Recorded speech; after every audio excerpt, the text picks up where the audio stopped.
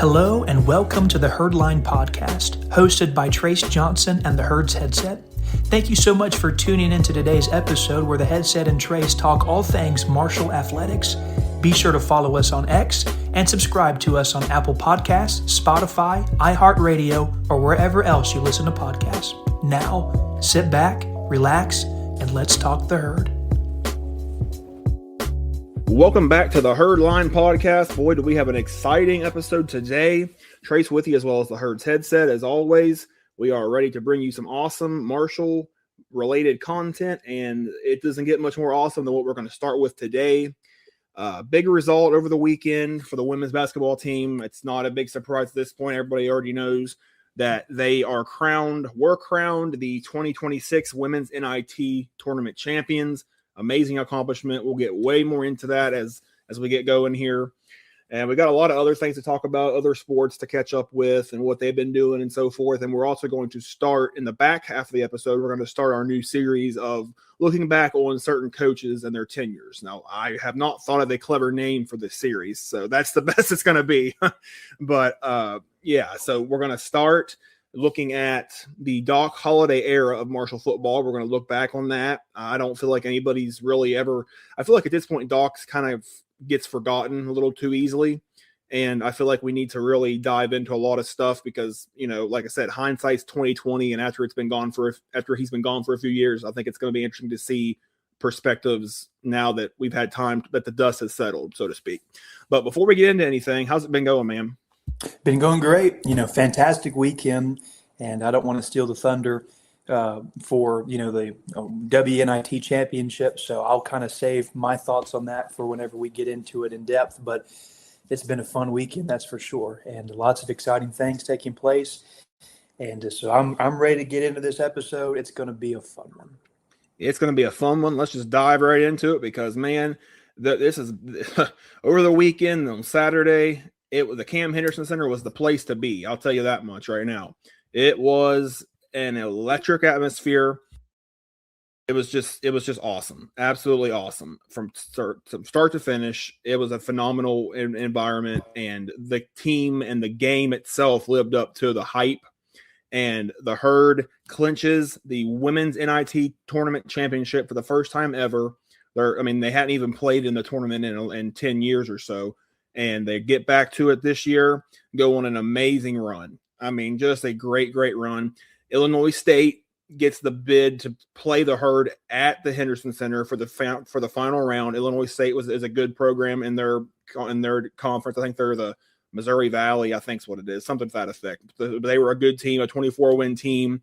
Herd absolutely throttles them, though. 66-41.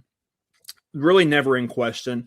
After Illinois State hit that opening three in the first few seconds of the game, after that, it was pretty much all Marshall the entire game.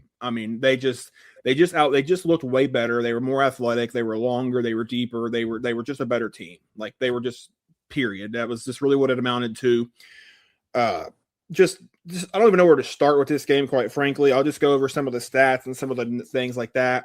Tamaya Lewis-Utsi had another amazing game, 27 points, 7 steals, 3 assists, 3 rebounds, and she also broke the single-season record for most points in a season in program history that had been dating back to, I think it was 85-86. So, long time that record had held. She breaks it in 1 year, her only year with the program, it would appear. She was crowned Women's NIT Tournament MVP, as well as the All-NIT team, as well as Timberland Yeast, who got on the all women's NIT team as well. So awesome stuff from them. Just some of the other things with this season, this game itself, a 28-win season, most in program history by 2 wins, even over the Kim Caldwell year 2 years ago. 2 more wins.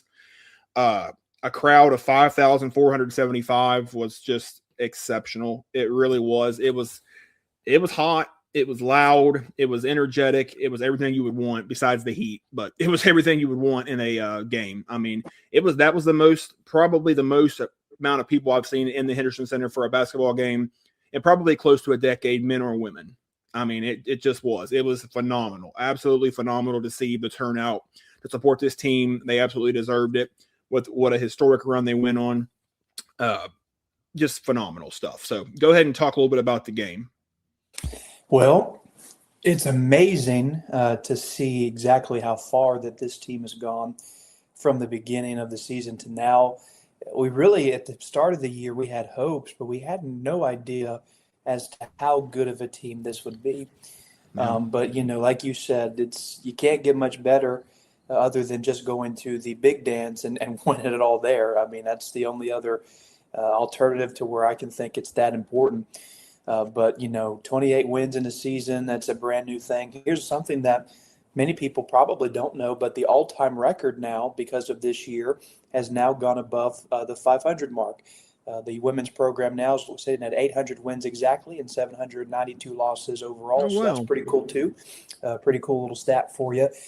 As for the game and just the atmosphere, my dad said it best. I think he said that this atmosphere reminded him of what it was like all the time back whenever Marshall played years and years ago at the field house. Yeah. And for any old timers listening, I've obviously never been there. I'm not old enough to have recalled those days, but I have heard the stories of how from start to finish, even from warming up, it was an absolutely electric atmosphere.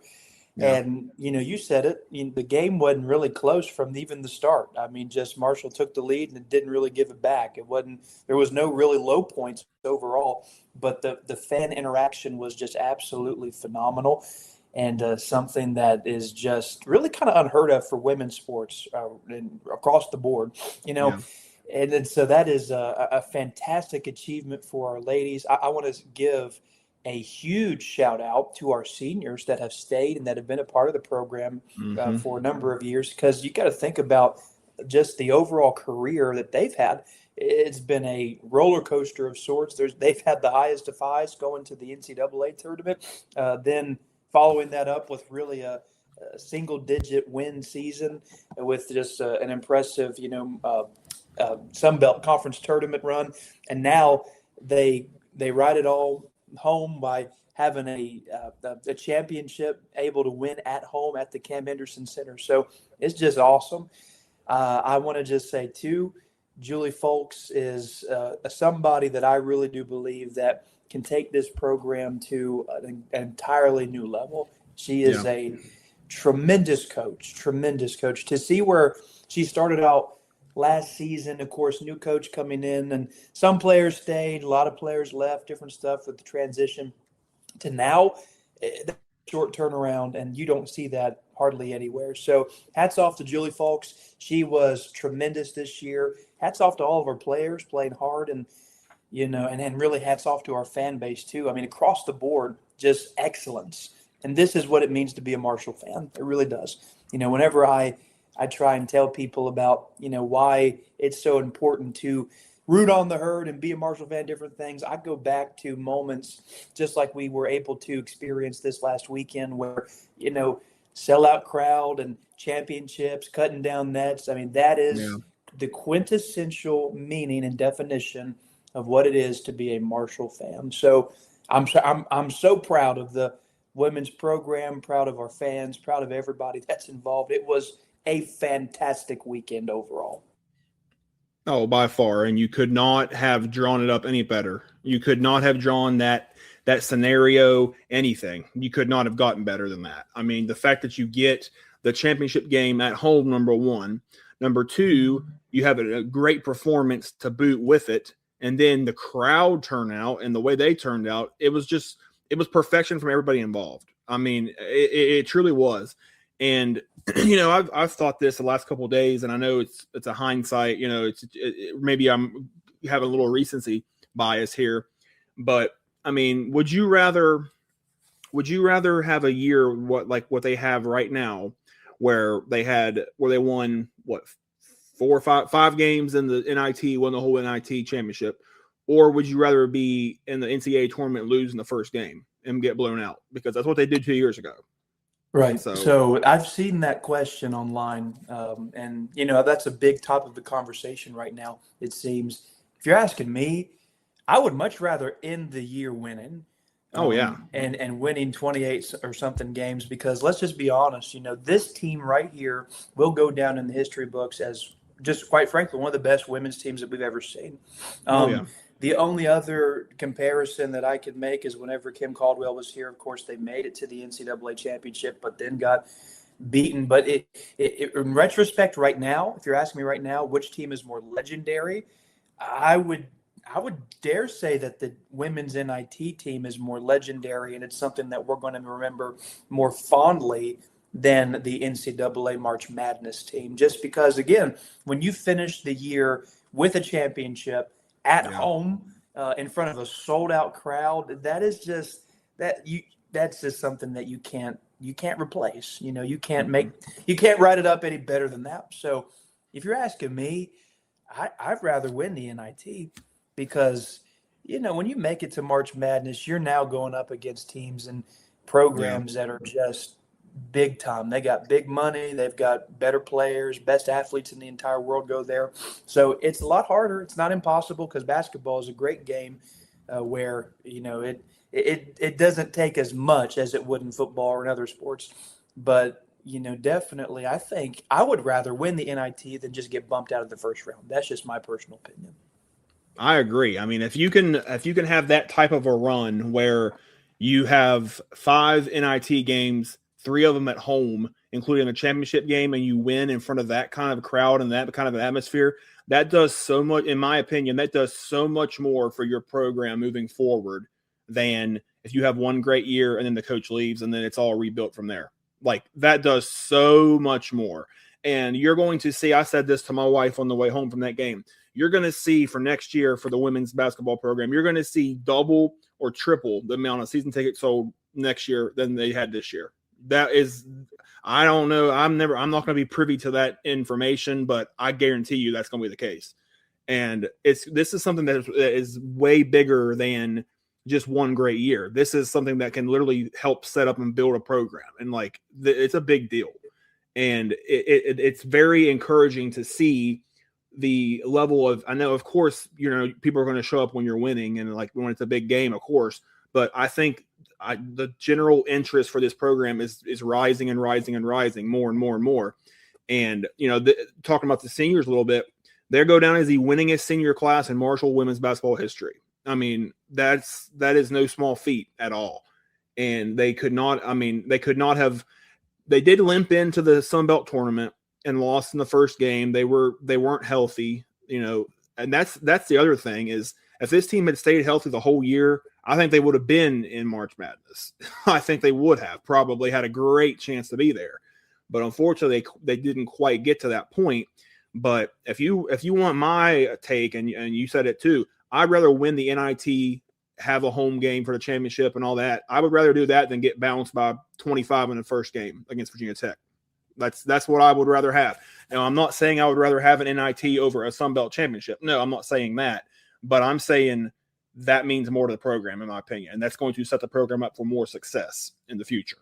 But no doubt. And here's a question for you that I texted you this the other day, and I've been thinking about it. So, the men's game has become so money driven. We're seeing that now. Landon Joseph is hitting the portal, sadly, tragically. Yeah.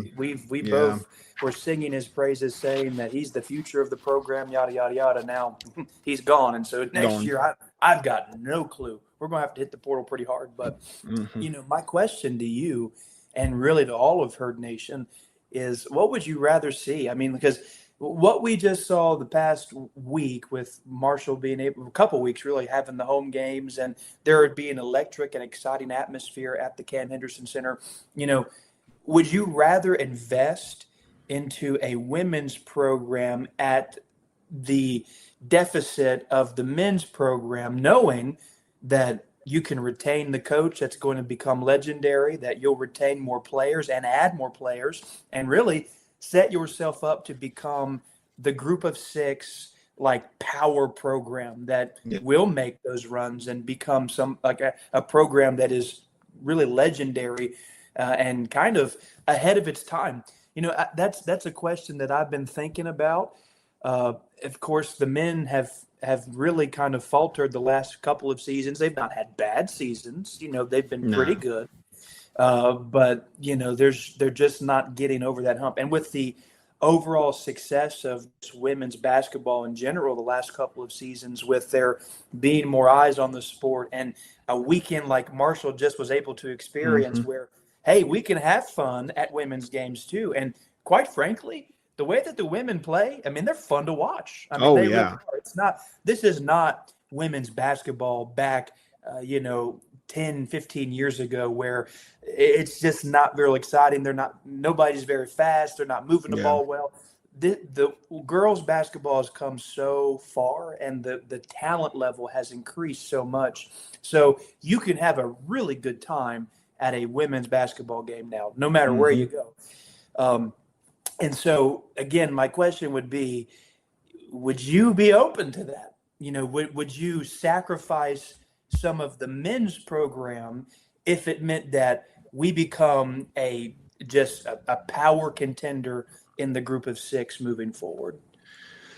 That's a very interesting question, and I think if you had a poll on that and you had 100 different answers, I feel like it would be about 50-50. I feel like, I mean, it just depends on who you ask. But me personally, I mean, I think that might be the way to do it. I think that might be the trend that needs to be made, because even if you're not putting all your effort or all your resources into the men's program like you usually do, that program should be established enough to where it can still hold its own. But like the women's program, really before the last handful of years, they did not get anywhere near the attention or the resources or the effort that's been put into it right now. And I think you're seeing the results from that. So if you put a lot of time and effort and attention into the women's program, they could absolutely dominate within the Sun Belt. I mean, I'm not saying they would like win it every year or be like UConn or anything, but I'm just saying they could be a dominant force in the Sun Belt year in and year out. And I know, like, it's obviously like the men's program, like you have to put effort and attention into that as well. Obviously, you got to put resources into it because it's your second biggest drawing revenue sport. Like, you have to do that. But I feel like there's a better balance that they could be doing. And I think maybe now you're starting to see a little bit more of that, because I could see Julie Falks getting extended. I mean, she better be extended, put it that way. So if you're going to extend her, you have to pay. She has to be one of your highest paid coaches. Like, I don't know what the women's basketball coach makes compared to other men's sports, but she needs to be up there amongst the highest paid in the athletic department. And that's where it has to be. If you want to get to the next level, that's what has to happen. So I do kind of think that would be a better. I'm not even saying just like write off the men's program. Obviously, that'd be stupid. I'm just saying make it a little more of an even playing field, like, or even slightly more for the women's program. Maybe, I don't know that I'm not into that kind of thing. It's hard to even say one way or the other, but yeah, I mean, I'm just saying right now you're seeing what can happen when a program is being treated well. You can see what happens, and you're seeing it. Yeah, absolutely. And it's just so in college sports, everybody's having the same mentality. Put all of your eggs in the basket of football and men's basketball, and rightfully so, because last forever. I mean, that's been your two biggest drawing sports for every school that's in America, just about. But Marshall is a unique school. We've talked about this before, that our fans will support the niche sports pretty well. We just have now seen that with soccer. Of course, almost every single game is sold out. That's awesome. Right. And now with the women's team proving that they are a contender year in and year out to do some great and big things. In the last 3 seasons, having an NCAA March Madness team and a women's NIT championship team, that is going to absolutely build a ton of support for that program. And no school in America right now has that mentality of let's invest more so in the women's than we do the men's. And Marshall is in a very interesting position, because if they would choose to do something like that, they could really become an incredibly powerful women's program. Yeah. And if the fan support is there and they're able to, get 3,000-4,000 people in the cam during the regular season, Right. then you might be having that conversation. That's something that Gerald Harrison is going to have to consider. If the fan base does come out and they do support it like they could, and we have really kind of almost a competition between the attendance for the men and the women, that would be something that you'd have to look at. Right now, they're not there yet. They would have to continue to build, but can I say that they are definitely on an upward trajectory of seeing that come to fruition? It would not shock me within the next 5 years. Like I put this on social media, next 5 seasons, I wouldn't shock me in the least to see them number 4, number 3 as far as your top revenue sports in all of the university, even maybe competing for number 2, depending on how much success there is. So Yeah. it'll be really fun to see because this is a new era of sports. The group of 6 is always going to really struggle with competing at the highest level whenever you come to those high revenue sports now.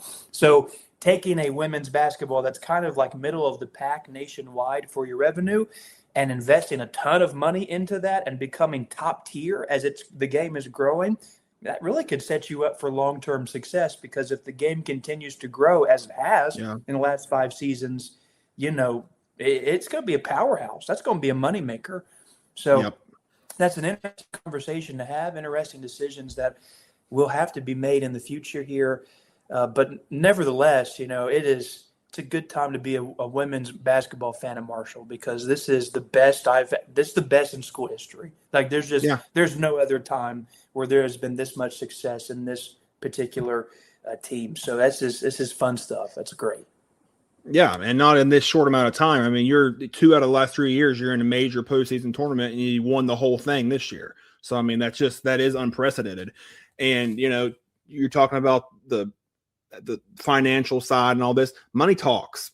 So if they go out there and they keep playing like they're playing year in, year out, they have 20, 25 win seasons, postseason tournaments, Sun Belt Championship runs, all this other stuff. If they have that and they keep drawing fans, they're not going to have a choice but to put more money into the program, because they're going to be bringing in more money.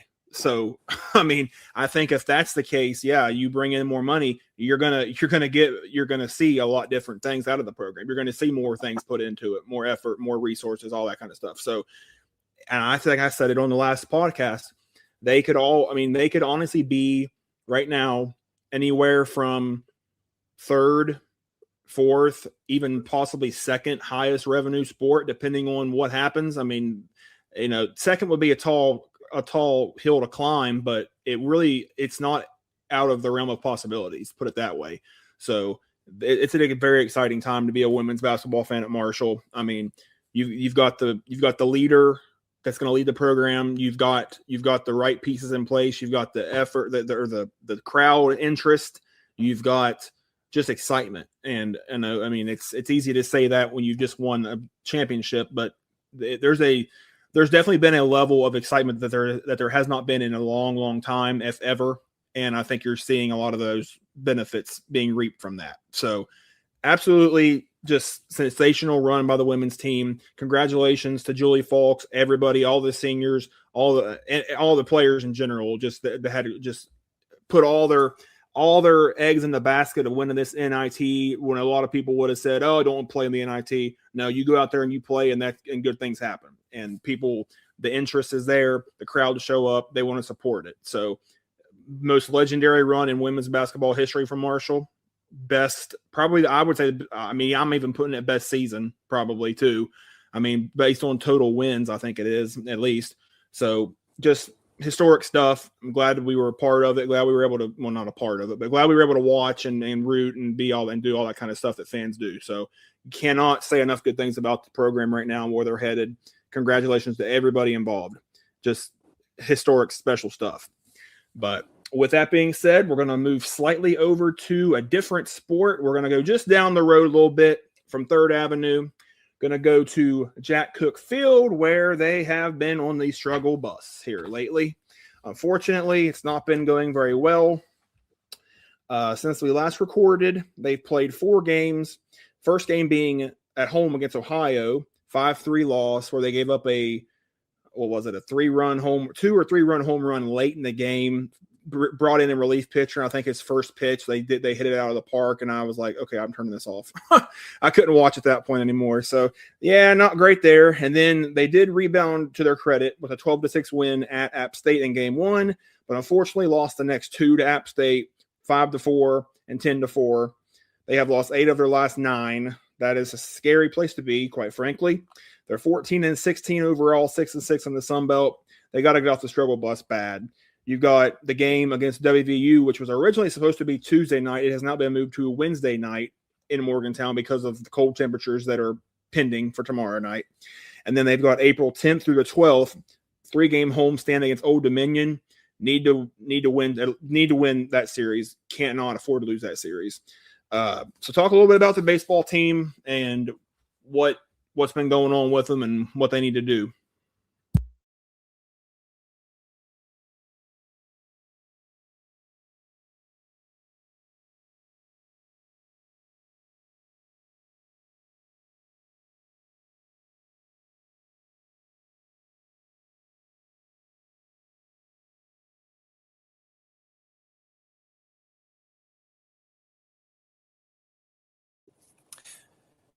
Well, they've just been playing bad baseball overall. That's really just all that we can say about them. Losing to Ohio is just not a good look whatsoever. Ohio right now this season is incredibly poor. They're not a good baseball program at the present moment, and losing to them, at home, just not a good look. And if some people got a little bit upset online, different things, saying, well, it's not that bad of a loss because all of our goals of the season are still in front of us. However, losing to Ohio is just not a good look. If you're a good baseball team, if you're doing what you're supposed to do, you take care of business against the Bobcats, and we didn't, quite frankly. Then you move on to App State. App State is kind of in that boat too. They're not that great either. That's not a fantastic baseball team at the present moment. And only taking 1 win on the road there is not ideal.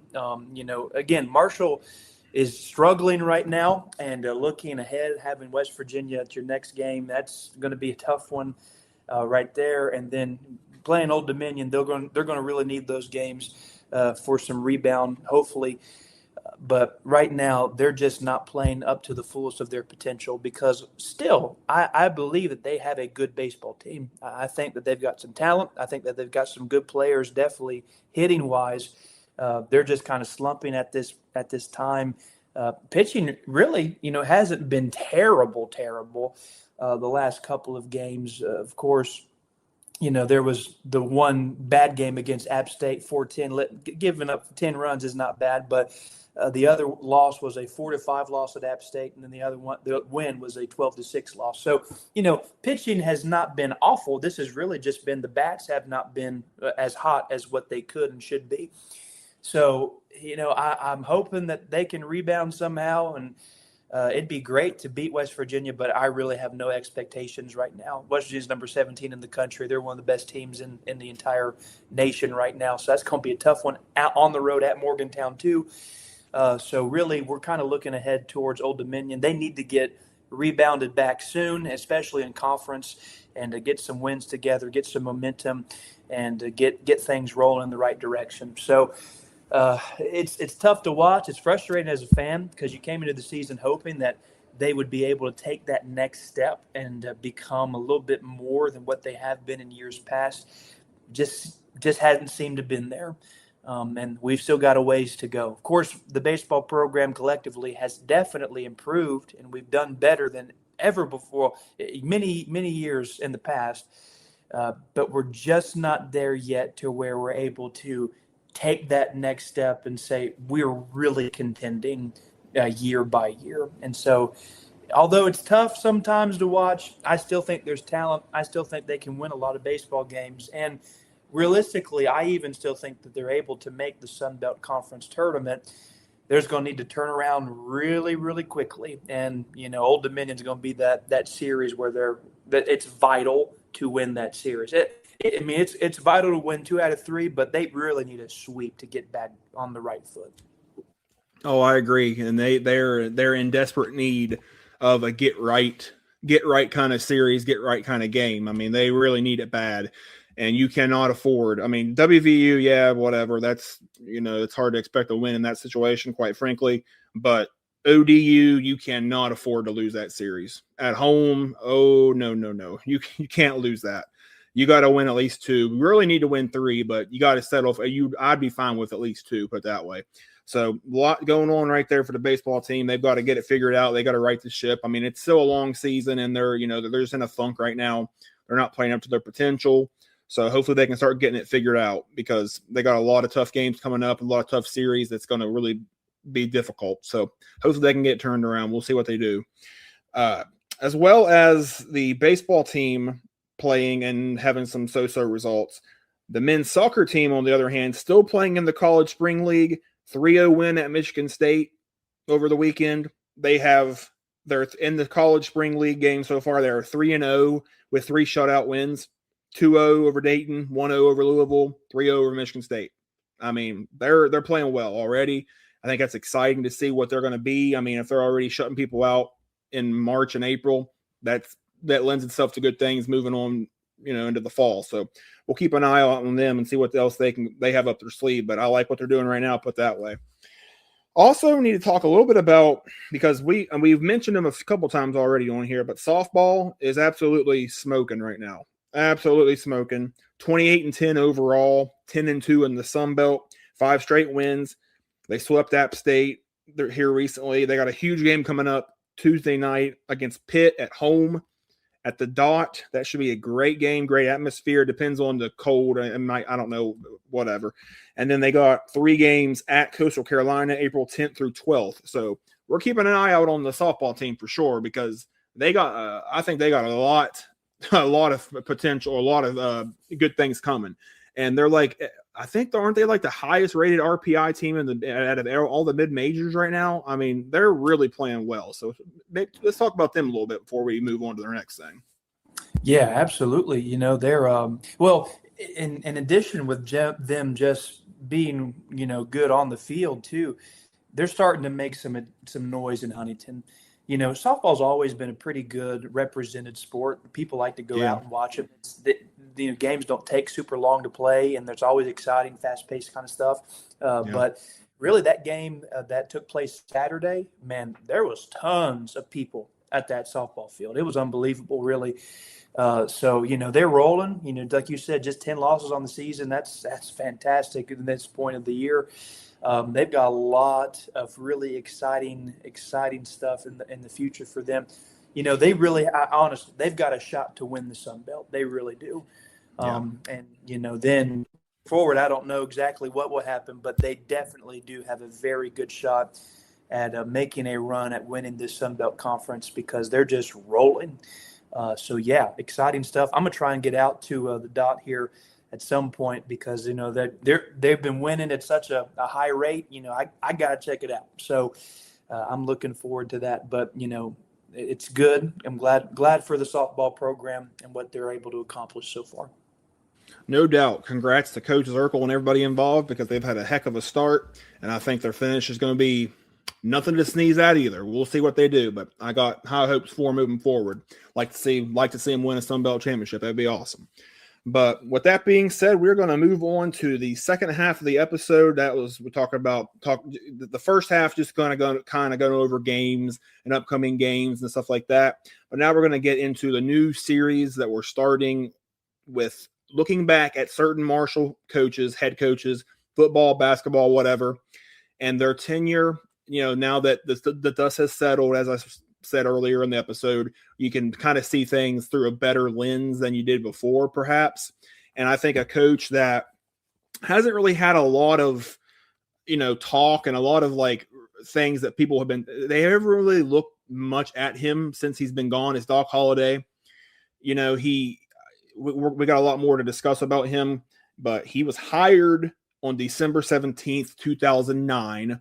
That was right before Marshall played in the Little Caesars Bowl in Detroit, beat Ohio University in that game. That was Doc's coming out party. He had been one of the highest rated, most highly thought of assistant coaches in the country. He had been one of the best recruiters in the country. for a long time.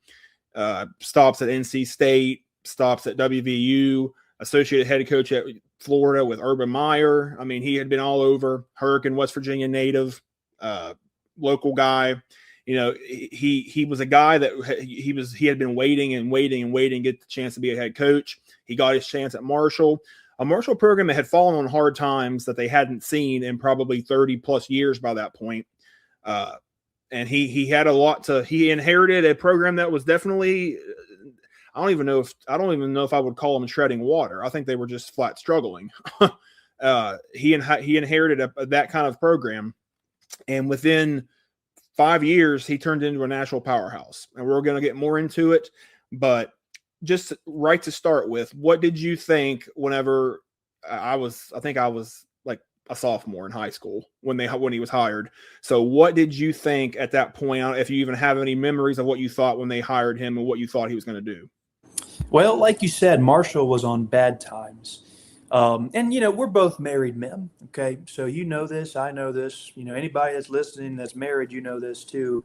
Marriage can be hard, and so can fandom. You know, the initial part of whenever you become a fan, it's the best. And I think that you and I both were kind of becoming fans around the same time period. Byron Leftwich is really the guy that made me fall in love with Marshall. And man, it was easy to be a Marshall fan, winning 9-10 games, and coming back in ECU in that bowl game, and a historical run, and Heisman hopeful, and all that stuff. There's lots of excitement around the program. It's awesome. It's easy. But then, like in marriage with fandom too, there comes difficult portions, you know, rough spots. You see some things out of your partner that you didn't expect maybe. And so it can kind of get a little tough. That's kind of where Marshall was. That was that tough season, that tough portion whenever Mark Snyder, that whole entire era came and went. Really just struggled as a program, weren't making it to bowl games, losing seasons. Good players, and we're going to definitely talk about Mark Snyder some other time, because that is going to be a really interesting episode. But overall, just couldn't put it together. And so, you know, 2009 comes around. They finally go 6-6, go to the Little Caesars Pizza Bowl, win against Ohio, and they hire the new man, Doc Holliday. Really interesting bit of, I mean, just whenever you look and compare the numbers and just how he was thought of nationally, lots of parallels between Tony Gibson and Doc Holliday. Stops at NC State, stops at West Virginia, known to be one of the best assistant coaches in the entire country. Really just an interesting parallel between the two West Virginia guys. So we bring in Doc Holliday, and I can remember the response and thought process was finally, because everyone was exhausted of just Mark Snyder. You know, we had become really a laughing stock. We were a cellar dweller there in the Conference USA, couldn't put it together, lost games we should have definitely won.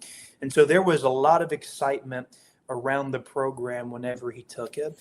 And again, another parallel, 5-7 year that first year, and again, Tony Gibson 5-7 this past season. So just really weird, kind of strange how that kind of turned out. But after that, you know, Doc really got things going, and he would go on to have a very, very phenomenal stretch where he would win bowl game after bowl game and winning season after winning season, and have some of the best years of Marshall football that we can remember. And going back to that marriage illustration, so you have the easy time where you initially fall in love, you got the rough patches, but then there comes a point where you make a decision of saying, all right, I know the good, I know the bad, I'm just deciding to stay. Doc Holliday, for our generation of fans, was that person who came in and helped us all decide to stay as Marshall fans. He saved the program, he saved the university, and he brought us back to a prestigious place of winning. Was there low points? There was. Was there points where I was disappointed as a fan? Yeah, I was. But in all reality, whenever it's all said and done, he is a top 3 all-time Marshall football head coach, and I don't think you can debate that. And he is the savior of the modern-day program. The reason why we are in the position that we are as far as a blue blood is concerned in the group of six, it's linked back to John Doc Holliday getting all of that stuff together and finally being able to put some consistent seasons and some championship teams on the field. So again, that's kind of where I'm at with John Doc Holliday. He definitely was that savior of our program. I love your point that you made there. I love the good and the bad and all the stuff in between. And I think you did see a lot of all that with Doc. And I think that, there was a lot more, probably a lot more going on than even we realized, but he really did come in and stabilize the program. The program needed cleaned up, and it needed some solid footing. And he came in and he did that. And it was great there for a while. It really was. And even when it wasn't great, it was really never bad. It was just, which we'll get into it as we go on here, but there was way more good than bad, put it that way. And there was quite a bit of great as well. And I got a lot of numbers crunched and a lot of stats and a lot of things to talk about over the course of his 11 years as the head coach. And I'm just going to start by talking about, I'm kind of going to group in real quick. I'm going to talk about these years, like each year, just quickly, and kind of going to lump them into like one group, and we can just talk about this era, this group, whatever. We'll just kind of do it like that. So his first year in 2010, he inherited a program that did win the bowl game the year before, but they were still not remotely on solid footing as a program. Had lost a lot of talent from that team too. He had lost a lot of talent from that 2009 team. Cody Slate, Darius Marshall, guys like that. He would have been very fortunate to have had. Lost those guys, they graduated, or Darius Marshall just left early and all that kind of stuff. So in 2010, like you said, they did go 5-7. That season will forever be known as the choke job against WVU. That's just what it's always going to be. 24-21 overtime loss. We don't even need to get much more into that. That was the game that would have made or broke the season one way or the other, and it kind of broke it. It just was what it was. So yeah, that sucked. And then they had a good end to the year. They started the year poorly, 1-6 out of the gate, but did finish 4-1.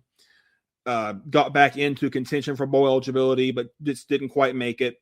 So, unfortunate there, but you could almost expect a year like that out of the gate. But yeah, that would have been nice to have seen at least 6 wins that year, but 5-7 to start. 2011, they turned it on a little bit more that year.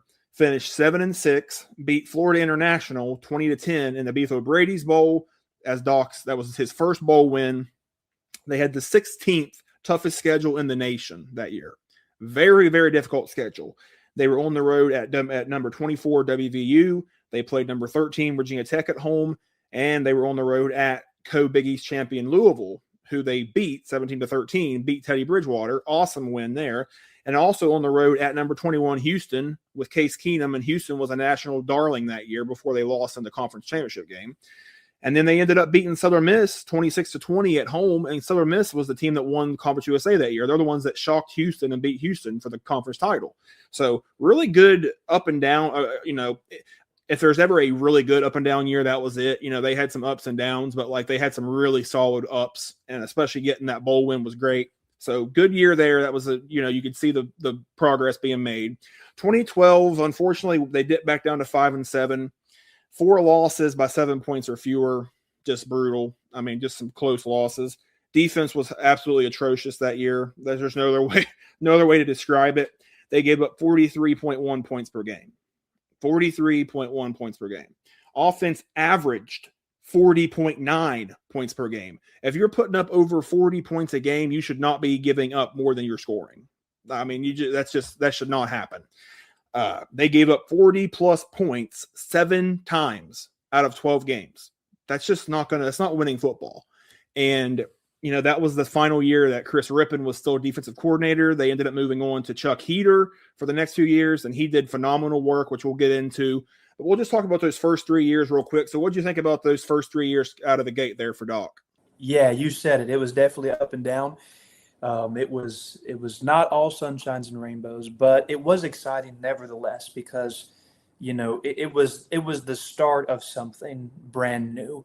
I can remember the Beef O'Brady's Bowl in particular. That was a big deal because, of course, we were able to get that little season. We hadn't won a bowl game in I don't remember exactly how many seasons, but it was a while. So to kind of have a little bit more of that consistency and to go to the Joan and there'd be like, hey, we've got a shot.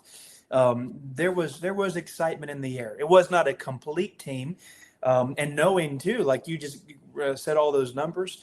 The offense wasn't the problem. I mean, hey, No. they put up points. I mean, they had some really good players during that stretch. It was a defensive issue. And two, correct me if I am wrong here, but the beginning portion of Doc's tenure here, he had Vinny Curry, right? So, he had some pretty decent talent. Of course, he didn't recruit him here, but he was able to develop him here to get to the point where he would go on to the NFL. Yeah. So, there was he really, that was about all we had on the defensive side was Vinny Curry. I mean, we didn't have a whole lot else of help during that stretch of time. But there was an excitement, and the fan base was kind of starting to, buy into, we're building something, we're getting somewhere here. So it's just going to take time from where the program was as a whole, and really the conference that we were playing. And people forget, like you had mentioned, Conference USA back in those days was a really, really good conference, top to bottom, baseball, football, basketball, you name it. It was all good. And playing against Houston, playing against UCF, playing against Southern Miss, and all of these different teams that were just tough teams to play against. It's tough sledding in Conference USA. So to see some movement, to see some improvements, especially on the offensive end, that's probably the biggest encouragement. And what made Herd fans kind of stick around was seeing the amount of points that they were able to score, maybe just coming up short.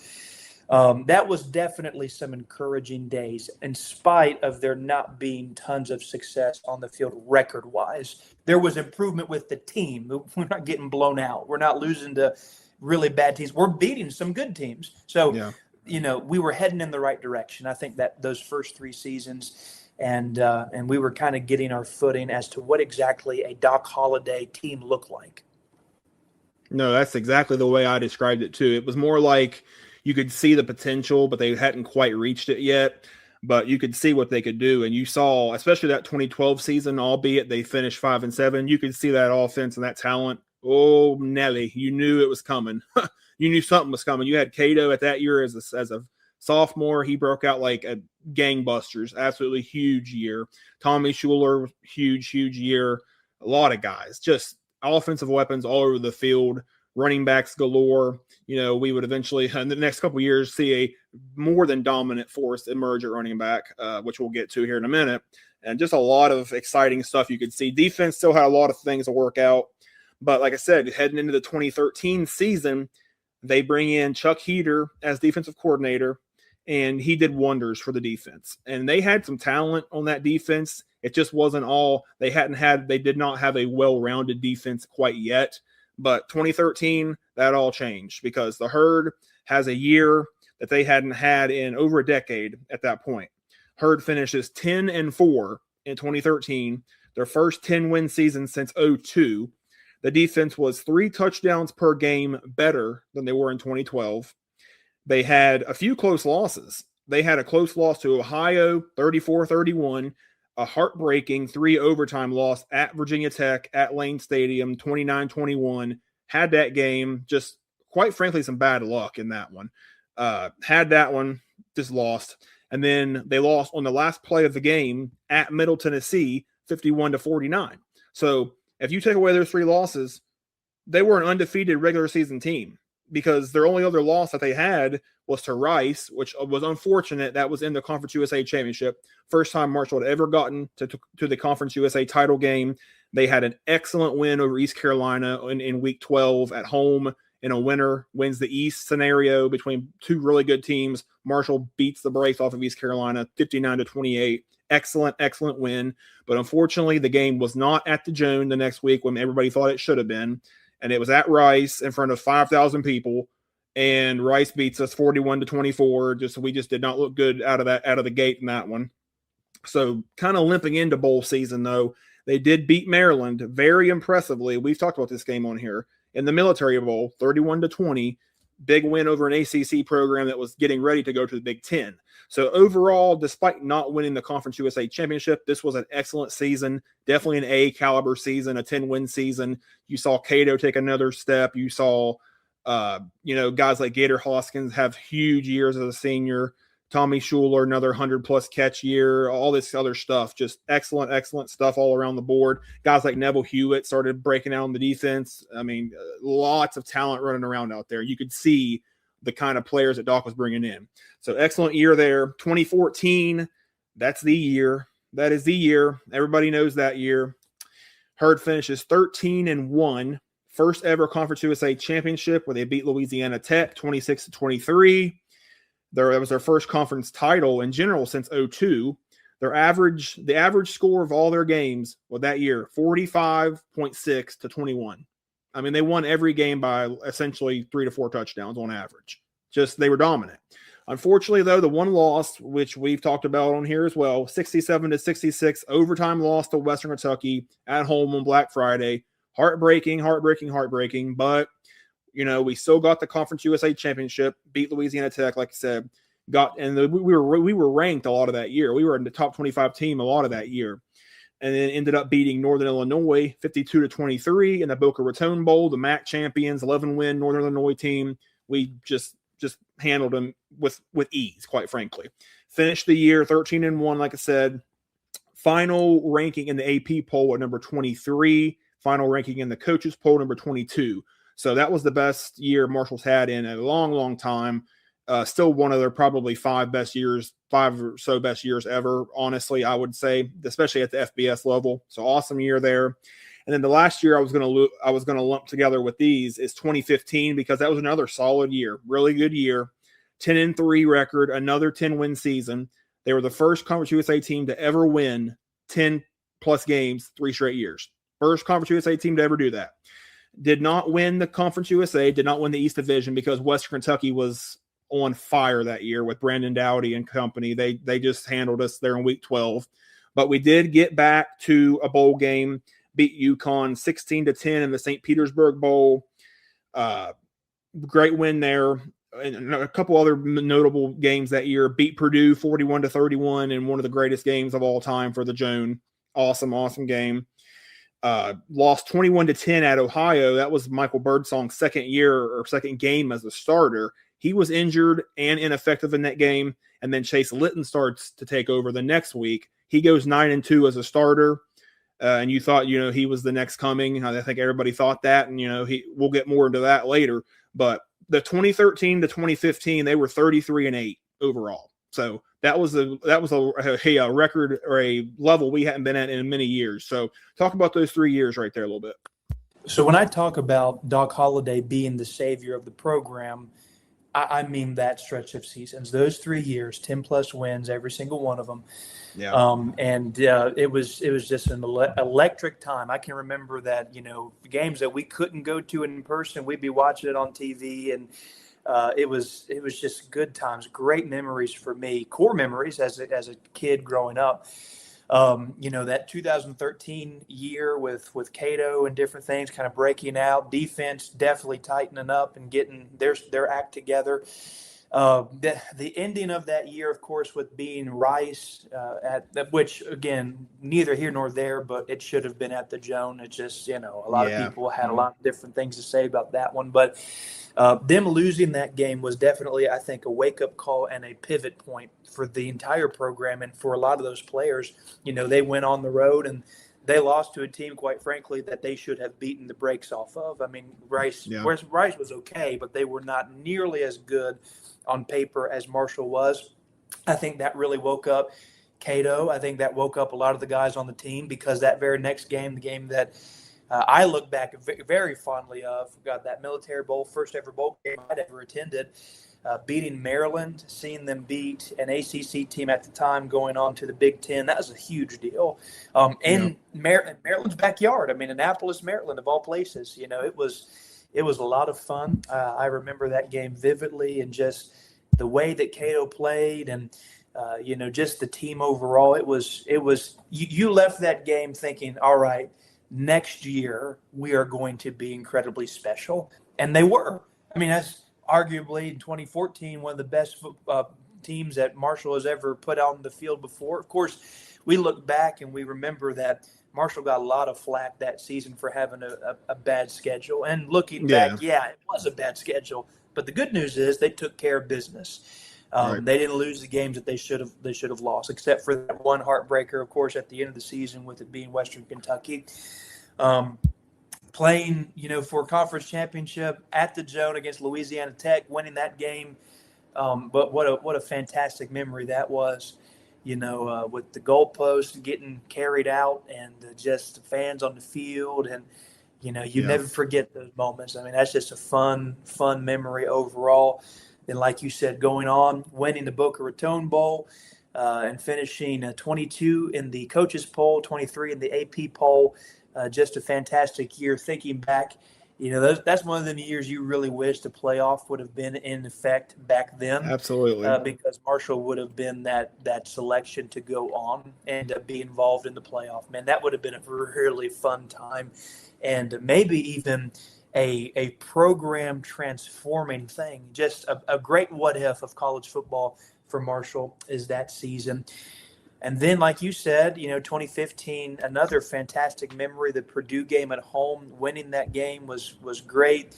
And there was a couple of lows. I was at the Ohio game where they had lost with Birdsong being injured and different things like that. But from that point onward in the season, they went with Chase Litton. And you mentioned it. We all thought that Chase Litton was the next, Chad Pennington, Byron Leftwich, or Keem Cato. I mean, we all did. He looked the part. He was athletic. He could throw the ball well. He was everything on paper you could ever want as a good starting quarterback. So, those 3 seasons, when you combine them together, that was a fantastic stretch. It reminded us of the Marshall of old back in the day. Whenever you'd hear the old timers, I guess you could say I say old timers, but when they're like, yeah, we would win, 10 games, that'd be a bad year. That's right. That was reminiscent of that. And it gave our generation something to kind of put our stamp on and say, hey, this is our Marshall team. This is the teams that we remember. And that's the teams that made us really, be invested in this program and in this school. So some fantastic years that Doc put together. He recruited very well during this time. Some of the most elite guys that, would ever come through Marshall would be during this stretch of football. Yeah. You'd mentioned Neville Hewitt was there. Chase Litton was there. And Ryan Urachek, one of the guys that I think gets lost in the shuffle a lot of the times. Yeah. Aaron Dobson of course, that 2009 season was his first year. I guess he's kind of he who should not be named. Right. In Marshall fans. But, and then I'm sure that we're going to talk about him in just a second, but Devin Johnson, man, he was phenomenal. So, the list goes on and on. There was a lot of all-timers that we were able to see on the field during that stretch of football. And it was fantastic memories. That's what I mean whenever I say that Doc was the savior. That those 3 years were the years that he really took things up a notch and took us to the next level. Yeah, I agree 100%. And, you talked about Devin Johnson, and, he's still very well maybe my favorite Marshall football player of all time. I mean, he was just – that 2014 season that he ran roughshod, I've never seen anything like it since or before for Marshall. Never seen anything like it. I mean, the man he was unstoppable. I mean, some of the runs, some of the physical runs and the things that he could do out there just blew my mind. Really, truly blew my mind. I mean, he had a 1,700 plus yard season in 2014. I don't even remember how many touchdowns. He 8 yards a carry or something crazy. I mean, he was unstoppable. The only thing that stopped him was his health, unfortunately. He started having back problems and things like that. And then 2015, he came back and he had a good enough year that year, but unfortunately, he did miss a lot of that year, like probably over half of it with injury. So that was unfortunate to see him go out like that. But man, what a legacy he left at Marshall. I mean, he was just phenomenal. So 2013 through 2015, like you said, definitely the gold standard of the modern era from Marshall football. We had not seen that level of success since the late 90s, early 2000s. So it had been a long time. And then we got to get to some of the downs, and 2016 is that down. And it's still inexplicable to me to this day how it happened. I don't know how it happened. Still can't figure it out. Off the heels of 33 wins in the last 3 years, everybody thought 2016, oh yeah, Conference USA contender, because that's just what is expected out of Marshall. They go 3-9 and look really, really poor for most of the year. They start the year out great, 62-0 win over Morgan State. Okay, that'll do, And then the next game at home against Akron, they're up 21-7. Oh yeah, this is Marshall football. We're loosey goosey. Chase Litton takes one hit, the entire season changed. And I'm not saying that they would have been better, like if he had. I'm not saying that like they would have been a 10-win team if he hadn't got hurt, but that injury, that concussion that he had against Akron, that flipped the whole game. They end up losing 65-38 to Akron at home. It's just inexplicable. And unfortunately, Chase Litton missed quite a bit of time that year. We had Garrett Morrell in at quarterback a lot that year, or a couple games at least. And Chase Litton, even when he was back in there, was not quite the same player. We hosted number 3 Louisville that year. Lamar Jackson came to town. We've talked about that game. We get, of course, blown out 59-28, but that was a great experience as a fan to be at a game like that. We've said that. And then, we just had some downs. We had some really bad losses that year. The worst by far being the 60-6 loss at home in week 12 against Western Kentucky. That was by far the worst game I've ever seen at Jones C. Edwards Stadium. By far, it was abysmal. It was embarrassing. I mean, that's like, that is bottom feeder, bottom dweller status, more than I've had ever seen at that point or since. We've never lost a game that bad. I mean, at home, or I don't think we have that I've seen. So I don't know what happened that year. I still can't make any sense of it. There was a lot of drama, a lot of rumors, off the field issues and things like that, locker room issues, certain player issues. I know we've probably all heard that. So I think that probably had a lot to do with it. I don't know what happened. I don't know who took their foot off or their eyes off the prize, but something didn't go well there. So 2017 was a big year. It was if you remember, before that 2017 season, after the 2016 season, there was some push from like Jim Justice to get Doc out of there. I don't know if you remember that or not, but there was like stuff out there saying he wanted Doc gone and he wanted to bring like somebody else to be the coach. I don't even, it's a little bit hazy on my mind, but there was a lot of pushback after that season. And that was also the season that Mike Hamrick was like, if you're not a Big Green member, you're not a real fan and all this other stuff. And it was just an ugly season. It was just ugly. It just did not, everything about it was just bad. So 2017 was, believe it or not, make or break. I mean, coming off of 33 wins the last 3 years, you had one bad year. 2017 was kind of make or break. And Doc, to his credit, he did get him back on a good footing in 2017. They go 8-5, had some close losses, started the year 6-1, really, really good start. Only loss to that at that point was to NC State on the road, where Tyree Brady had a monster game, like one of the best maybe the best single game Marshall receiving yards ever, probably, or at least one of them. But we did lose a competitive game there. But unfortunately, after the good start, we ended the year 1-4, 3 conference losses by a total of 8 points was brutal. We go 4-4 in conference. So if we win those 3, we probably win the East. I mean, it was brutal.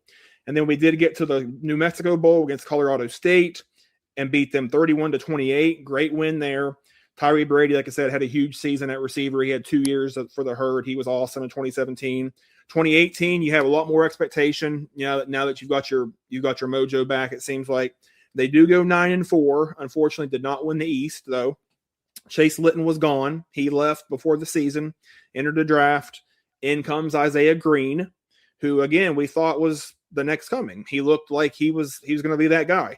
He came in as a freshman, and he started out well.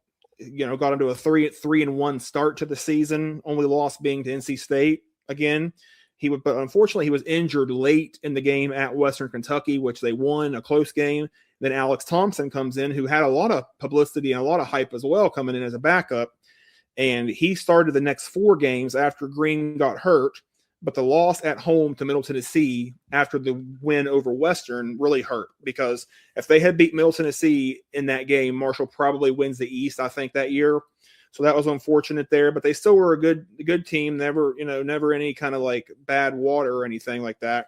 And they did beat South Florida in the Gasparilla Bowl, 38-20. Great win there. At this point, Doc is 6-0 in bowls. I mean, he was rolling at that point. So talk a little bit about 2016 through 2018. A little bit of ups and downs, a lot of downs, or one bad down, and a couple, just some roller coaster stuff there. So talk about those years a little bit. Yeah, 2016 was my freshman year at Marshall, and I was all excited because we just coming off of a 10-win season. Chase Litton's on fire. Man, it's going to be awesome. We got free tickets in the student section. It's going to be great.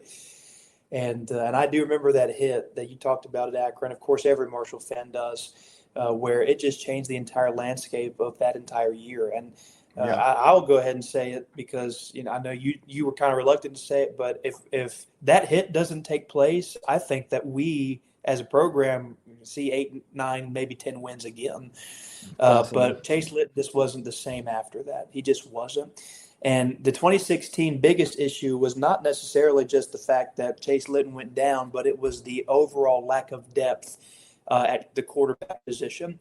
In years past, people really don't realize this, but when Cato was around, he had honestly what I would declare maybe one of the greatest backup quarterbacks in Marshall history. He was amazing. Like he would have been a great starter just about anywhere else in the entire country. Very solid guy. Yeah. And so whenever Chase went down and you throw Garrett Morrell out there, it was just Garrett was not prepared. He wasn't ready for that level of competition. Mm-hmm. And no disrespect to Garrett. I mean, if he were here, I had class with him. If he were here, I think that he'd tell you the exact same thing. Throwing him in there against Louisville, that's a nightmare scenario. So as Chase Litton came back, he just didn't look the same, looked timid, looked like he was definitely injured, wasn't altogether there. You mentioned it too. This is the year that we would begin to hear a lot of rumblings about the off the field issues. And we don't need to go into all of that because, a lot of that's 10 years ago now. So it doesn't really matter. Number one. Number two, we don't need to slander anybody. But there was definitely a lack of leadership in the locker room. And I think that also does stimulate from the coach's office because, if you're a coach, you need to be investing in your main guys, and your main guys need to be investing in the rest of the team. Mm-hmm. So you had that with Cato. You had that with Tommy Schuler and all those guys. They kept each other accountable, and they kept each other in a winning state of mind. When they leave, when that big presence are now gone from the locker room to keep everybody accountable, then you start hearing all of these different rumors and things go around. And that's really something that we would become accustomed to the remainder of Doc's tenure here. There's always a rumor. There's always drama. There's always something going on of a player was doing something he's not supposed to or whatever, And so that's kind of a shift. We did see success still. I think that it was just based on talent alone. Doc did a tremendous job at recruiting. There was time where Marshall would throw out an untalented team out there. I mean, they were always very talented, but I think the biggest problem in that 3-year stretch, and then kind of moving forward in front of that, we'll talk more about it, I'm sure, but there was a lack of true, authentic leadership. Somebody taking the reins of the team, somebody saying, hey, here's what we're going to do, here's what we're not going to do. We're going to keep each other accountable. We're going to do things the right way on the field and off the field. And that's why you started to have some of those rumors begin to circulate. So I don't know what exactly changed. I don't know if it was a coaching, just transitions of just, position coaches coming and going all the time. I can't put my finger on it exactly, but definitely from 2016 onward, there was a lack of, I guess you could say, accountability morally, because there was always just news, something was going on. And that could be just the just the advancement of social media. If you can recall, around that time, Right. social media began to be like Twitter in particular started to really become where you get your news for different stuff, and things that former players kept private now all of a sudden is public. I don't know exactly what you can put your finger on, but that was definitely a huge shift. But still, we still had the success. Tyree Brady, like you said, man, he was phenomenal. I mean, Yeah. he's one of the best receivers that we've ever seen here at Marshall. And if you had a quarterback that would have been able to throw him the ball a little bit, I guess you could say better, Yeah. he would have even put up more numbers. I mean, he was that talented. So, that was definitely an interesting stretch. I mean, we weren't bad except for that 2016 year, but it just didn't seem the same. And something to note too, I think a big reason why a lot of people were frustrated during this time period is because the Conference USA in general was no longer the same anymore. This is now Absolutely. UCF's gone, ECU's gone, Houston's gone. All these pretty big name, big time programs that anchored that entire conference have now left. And so as Marshall is now winning 8, 9 games, that's great and all, but it's Middle Tennessee State. It's Mm-hmm. it's these FIU, FAU, and different things, and that's just not as impressive. And definitely fan interest overall went down whenever all of those teams ended up leaving the conference. It just seemed that Marshall was stuck in a bad situation during a bad stretch of time with some bad things taking place. So it was definitely a challenge. Although we did see good things, it was still what I would consider to be a challenge. Kind of watching the team, because they could have been more. There Oh, yeah. could have been more success. It just they couldn't seem to put it together during those years. No, definitely. And I think you made a lot of points there that I have written down, even talking about players getting suspended from the team, dismissed from the team, the Conference USA just going downhill in terms of quality. All those points I have wrote down. And, I don't know what happened there. I mean, it's not that, like you said, besides 2016, we were never bad. We were always above, we were always a good team. I said it for years. We had as much or more talent than anybody in Conference USA every single year. Maybe not 2016 because of some of the things that went on, but every other year after that, yes, every single year we had as much, if not more talent than anybody else in that league. And we had too many games. We were in too many positions to where we blew it. Too many, and then we're going to get to the crux of that here with these last 2 years that we're going to talk about, because there were so many issues of just closing out games and being able to figure out how to get a team over the hump. And I don't know what happened there. I don't know if it was a complacency thing. I don't know if they got complacent because they had a lot of success, and I don't know what it was. I really don't know. I cannot tell you what it was. But that's what we're going to talk about right now. The last 2 years that he was the head coach, 2019, if you recall, big expectations that year. We were preseason number 1 in the East that year. Started out well for the most part, a little bit of up and down start though. I mean, we did see some really good things, but we saw some ups and downs. We were 3-3 out of the gate, so not a hot start. But after that, we went on a tear of 4 straight wins to end up putting ourselves with 2 games left to control our own destiny in the East Division of the Conference USA. And then one of the losses that probably still pains Herd fans to this day, 24-13 loss at Charlotte in Week 11, where if we just win that game and win the game at home, we're hosting a championship. Lost to Charlotte, looked horrible, absolutely horrible. Don't know what happened in that one, besides we were just not prepared. I don't know what it was. And then we beat FIU in Week 12. We go 8-4 in regular season, but then we draw UCF in a bowl game and in the Gasparilla Bowl for the second straight year. And this was when UCF was really, really rolling, as they had just claimed the national championship and they had done all that stuff. And they had Dylan Gabriel as their quarterback, as a matter of fact. And he ended up having a massive year in college at Oregon, a different place, whatever. But we lost that game bad, 48-25, just could not compete with that team. So we go 8-5. So, that's 2 out of the last 3 years we were 8-5, and then in 2018 we were 9-4. So we were just stuck in that 9-8 win range, which is not a bad place to be. But when you look at the quality of the Conference USA and the teams that we would lose to every once in a while, like a Charlotte or a Middle Tennessee or whatever, those are just games you can't lose because they end up costing you, from playing for a championship. And when all those years, 2017, 18, and 19, we could have played for a title all those 3 years. We just beat ourselves, quite frankly. 2018, maybe a little more because of the injury with Isaiah Green, but we beat ourselves way too often. And then that takes us to Doc's final season as the head coach in 2020. The COVID year, this was something. This was unheard of, quite frankly, to see some of the stuff that they did this year. So, with the year being as weird as it was, and so many games being canceled and rescheduled and new teams being added and stuff like that, we get a golden opportunity in week 2 to play a top 25 Appalachian State team at home, number 23 in the country. We beat them 17-7. That was our first ranked win since 2003 against Kansas State. We beat them, and then we're ranked after that. Now, granted, at this point, a lot of the major conferences hadn't started playing yet because of COVID, but we were still a top 25 team. Excited as all get out about that. That was the Grant Wells debut at quarterback. Isaiah Green was out. He left before this season. A lot of talk, a lot of rumors about him off the field as well. I don't think we even need to get into that. But Grant Wells came in.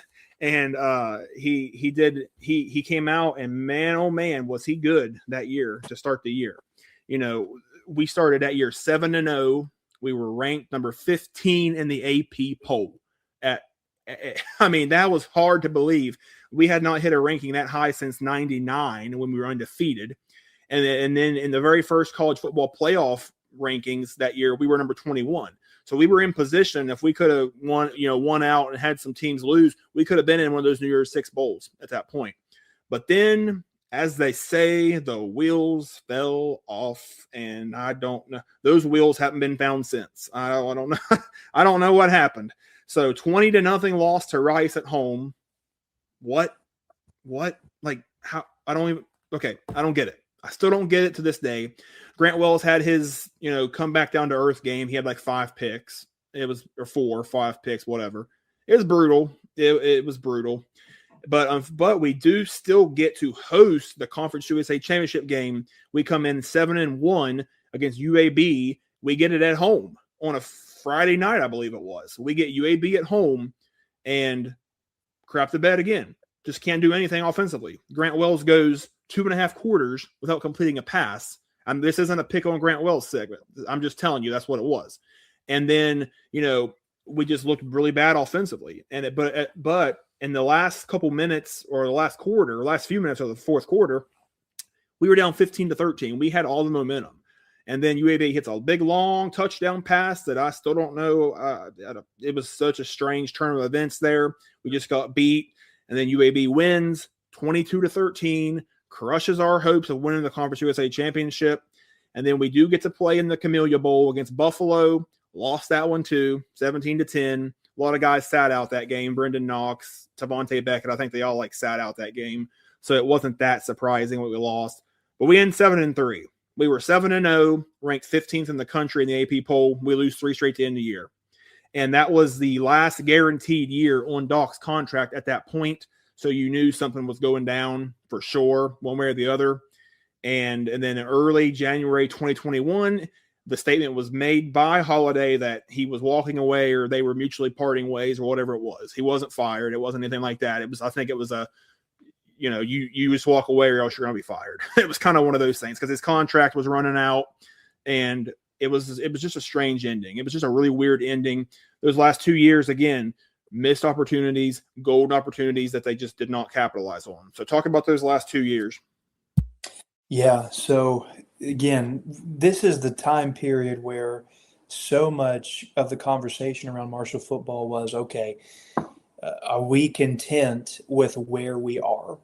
Are we all right with just being all right? 8-9 wins, that's great. A lot of colleges all across America would say we would kill for that. But we're Marshall. And Marshall's not used to that. I mean, of course, the last couple of decades have been tough, but I mean, when we think about Marshall as a fan, you're thinking, all right, we are playing for championships. We're playing at the highest level possible. And so, those last 2 seasons, especially, that was Doc's chance to really cement his legacy and even go head to head with Bob Pruitt. That 2020 season would have done it, honestly. He really could have been remembered possibly as one of the greatest coaches in Marshall history. Well, he already is, but I'm talking about he's right up there with Pruitt of 1A, 1B. Right. But he couldn't get it done. Just couldn't get it done. And 2020 was such a strange year. It's the strangest year of anybody's life that's alive right now, of course, with it being COVID. And are we going to have a football season? Maybe we will, maybe we won't. We're going to have a football season, but this team canceled us, so we got to play UMass now. And and Grant Wells is over here throwing for 600 something yards against UMass. I mean, of course he will. UMass is terrible.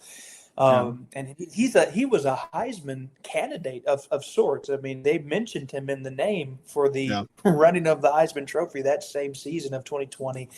So, I mean, just really crazy of how things were going. I mean, we were all expecting to have a huge finish, and it was going to be awesome.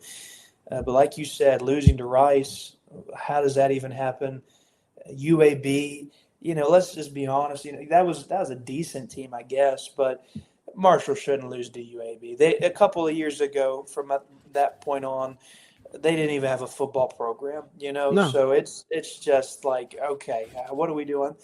And then, as you said, a lot of players set out, still losing to Buffalo on the national stage of a bowl game. It's humiliating, and that was the straw that broke the camel's back for Doc.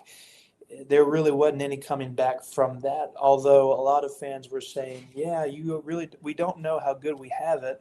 A lot of other fans were saying, "We don't really care. We want to play for championships again. We want to win championships." And so, him parting ways was, I think it was the right decision. Looking back, and seeing what would happen with Huff and whatnot, even with all of the drama that Huff brought to the program, I don't think it was the wrong decision to let him go and let him walk, because I think that Doc had reached the ceiling of what he is able to do. Agreed. He was an older man. The football as we know it was becoming more and more difficult with recruiting and retaining guys in the transfer portal and all of that stuff. And I really just think the game passed him. And I don't think that he would have been bad the rest of the way. I think that we would have continued to win 9, 8 games a season. But if you're really wanting to take the program to the next level, like we're all was wanting to see happen, you're going to have to depart. You're going to have to make that tough decision. And so, although it hurts, although it was sad, although I wish it was different, I don't look back and I don't say that it was a wrong decision. I think that it was completely the right choice going forward to part ways with him. What I don't believe is right is I don't agree with Marshall as a university and us as fans not giving the flowers that Doc deserves. Because after he's left, he's kind of been a ghost. He's made like an appearance here or there, and that's really all that we've seen of him.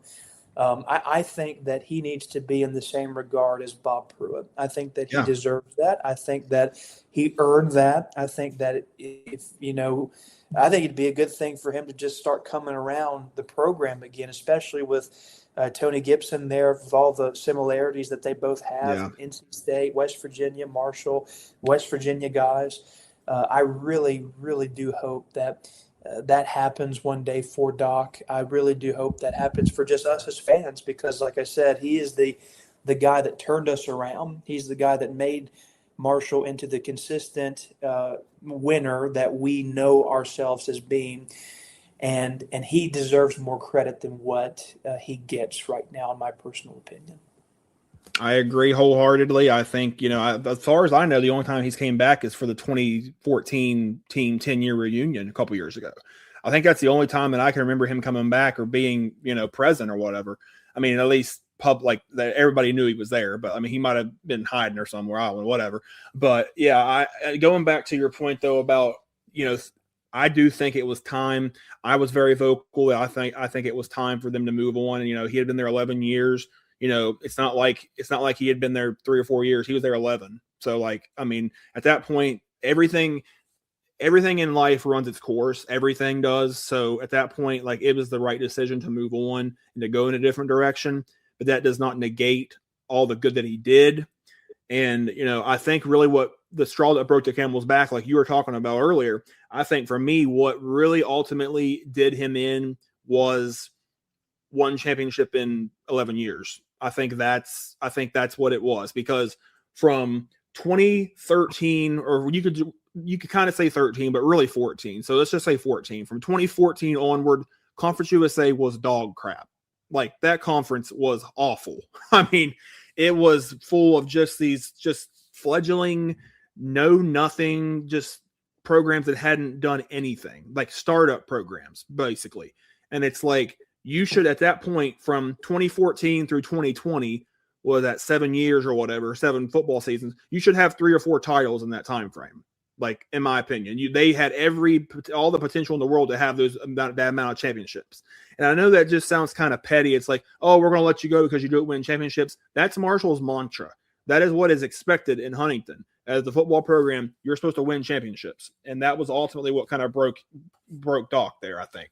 But I was going to look over some of just kind of the fast facts that I wrote down here, if you want to call them that. So as the overall 11 years that he was the coach, 85-54 record, 61% winning percentage, nothing to sneeze at. I mean, that's one of the best in program history. He was 52-30 in Conference USA play, 63%. Again, really good. 3 East Division titles, 2013, 2014, and 2020. The one Conference USA title in 2014, just unfortunately losing 2 other ones really hurt, because if he wins those other 2, then he might still be the coach. I don't know. Well, it's hard to say, but you know what I'm saying. 6-2 in bowl games. Lost his last 2 bowl games to UCF and Buffalo there, but had 6-0 before that. He was the Conference USA Coach of the Year in 2014 and 2020. Well deserved there. And those are great. I mean, those are all great numbers. But unfortunately, though, we did talk about a lot of players getting dismissed from the team, especially 2015 onward. I feel like it really reared its ugly head at that point. Then that probably led to a lot of 2016's issues and things like that, is a lot of players getting dismissed. They had too many season-ruining losses. That just so many. Charlotte, Western Kentucky, Middle Tennessee, Rice, all those UAB, all those games, those were just season-ruining losses, and keeping you from really doing something special. And that was just a bad trend from 2017 onward. That was just a bad trend. Too many of those. Coaching staff decisions. A lot of people didn't like the fact he kept Bill Legg so long as offensive coordinator. And I was not a big fan of that decision. That had ran its course as well. He did great things with Cato, but I mean, with all due respect, I could have coached Cato and he would have put up big numbers. So I'm not saying anything negative nothing bad about Bill Legg whatsoever, but I'm just saying the proof's in the pudding. But that he had to move on from that. It took a while for him to do that. Brought in Tim Cramsey and whatever, and it took a while. His style of coaching is kind of was kind of a turnoff as well. He was kind of passive, old school, kind of style, like trying to run clock a lot, not get real fancy with stuff, and not really keep up with modern offenses and things. That kind of rubbed people the wrong way. Another thing that people didn't like is he was all about coach speak, and all of his press conferences. He would say the same few lines every press conference, which that's a very trivial thing, but a lot of people complained about that. I just remembered so I figured I'd jot that down. Program was definitely by the time that he had left, the program had definitely gotten very stagnant and complacent, in my opinion, kind of stale, not in a bad way, but just in a way where you're stuck at a certain level and you're not getting over the hump. And that was kind of what ruined him there at the end, in my opinion. Only one conference title, like I said, in a weaker, realigned Conference USA was just not going to do it. So those are some of the notes there that I just jotted down. I know we pretty much said all of that. And I did want to talk a little bit about a lot of more good things as well. Take a look at some of these guys that he had drafted that played for him in the NFL draft. Nothing to sneeze at either. 2011, Lee Smith, 5th round draft pick. Granted, that was a Mark Snyder recruit, but he really developed significantly under Doc Holliday. 2012, Vinnie Curry, 2nd round pick. Mark Snyder recruit, became a legend under Doc Holliday. 2013, Aaron Dobson, 2nd round pick. Again, same thing. He got better because of Doc. 2014, Garrett Scott, 6th round. 2015, Darryl Roberts, 7th round. 2020, Justin Rowasser, 5th round. Chris Jackson, 7th round. 2021, Josh Ball, 4th round. So that's 8 players drafted under Doc Holliday in 11 years. He had a lot of good success with undrafted free agents. Neville Hewitt, I mean, the man's still playing, I believe, now. I mean, he had a lot of success with guys like that. He had good graduation rates overall as the program. I couldn't find the exact numbers on that, but I know that like they were really graduating players and setting them up for future success in life. Great stuff there. He had some great all-time players, some defensive players of the year. Vinnie Curry in 2011, Neville Hewitt in 2014, Evan McKelvey in 2015, and Savonte Beckett in 2020. All Conference USA defensive players of the year within 9 years of each other. I mean, that was big stuff. We had the Conference USA MVP in 2012, Rakeem Cato. Conference USA Offensive Player of the Year in 2013 and 14 was Rakeem Cato. Brendan Knox was the 2019 Conference USA MVP. And then DeAndre Reeves was the Special Teams Player of the Year in the Conference USA in 2015. So a lot of great stuff. I mean, you cannot speak enough about it. So, for all the downs and all the issues that were out there, there's no doubt in my mind that he did that under Doc Holliday. There was way, way, way more good than bad, and I said at the start. So, I led with this. Well, when we were texting back and forth about doing this, I said I'm probably going to try to wrap it up by us each giving an overall grade for the entire Doc Holliday era. So, if you had to give the entire era a grade, what would it be and why? I'd give it a B+. And the reason why I'd give it a B+ is because, again, it was more good than bad, and the good was really, really good. Like conference championship, first one that we saw in a long time. Players of the year. Guys getting drafted again. You just went through a list, and then you got some all-timers too with Brendan Knox being a great running back, Devin Johnson being a fantastic running back, and just some really fantastic memories. Those crippling losses are really what would diminish that grade from being in the A tier. You mentioned them. Charlotte was one that I still remember and thinking, like, how in the world did we just lose to Charlotte? In Middle Tennessee, that's one that I've still not gotten over to. And then the UAB in the conference championship. So, and it's really interesting, thinking that Doc had 3 shots at a Conference USA championship officially, and then just a game or two away from maybe 4 or 5. Right. Man, how differently could his legacy have been if he would have just been able to find a way to win those games? We're talking the difference between 1 championship to 4 to 5. I mean, it's amazing. But overall, he did put us in those positions to where we can even have this conversation. He won games, won a lot of bowl games, saw a lot of success. So B+ is where I have to put him. I think that's a very fair assessment. That's exactly where I am as well. B+. I mean, if he wins, okay, forget about 4 or 5. If he wins one more championship, it was an A, in my opinion. It was an A. I mean, if he gets them, there was just so many what ifs scenarios, and I hate those. I hate what ifs because they drive me insane as a fan. And I know you're the same way. Like, it drives me nuts because 2019, if we just beat Charlotte there in week 11, we're hosting. Well, we would have been hosting UAB, I think, because I think UAB played FAU that year in the championship. If we get UAB at home that year, FAU absolutely mauled over that UAB team, and we beat FAU that year. So if we get UAB at home that year, no doubt in my mind we win that championship. No doubt in my mind. 2020, I don't know what happened there at the end of the year. There was a lot of things that, I think there was more issues there that year as well, because you don't just fall off a cliff that hard out of nowhere. There's got to be something else underlying going on there. If we beat UAB that championship game, they probably extend him, quite frankly, Doc. I mean, they probably extend him. It got very tiresome, the bad finishes, the poor finishes. And I remember when I was still doing the Moonshine Throwdown podcast, I remember this stat still in my head. And this was after 2020. So let me see if I can remember and get it right here. So from not 2014, from 2015 onwards. So 2015 through 2020, in November and December games, they were 14-14 overall. That's not going to cut it.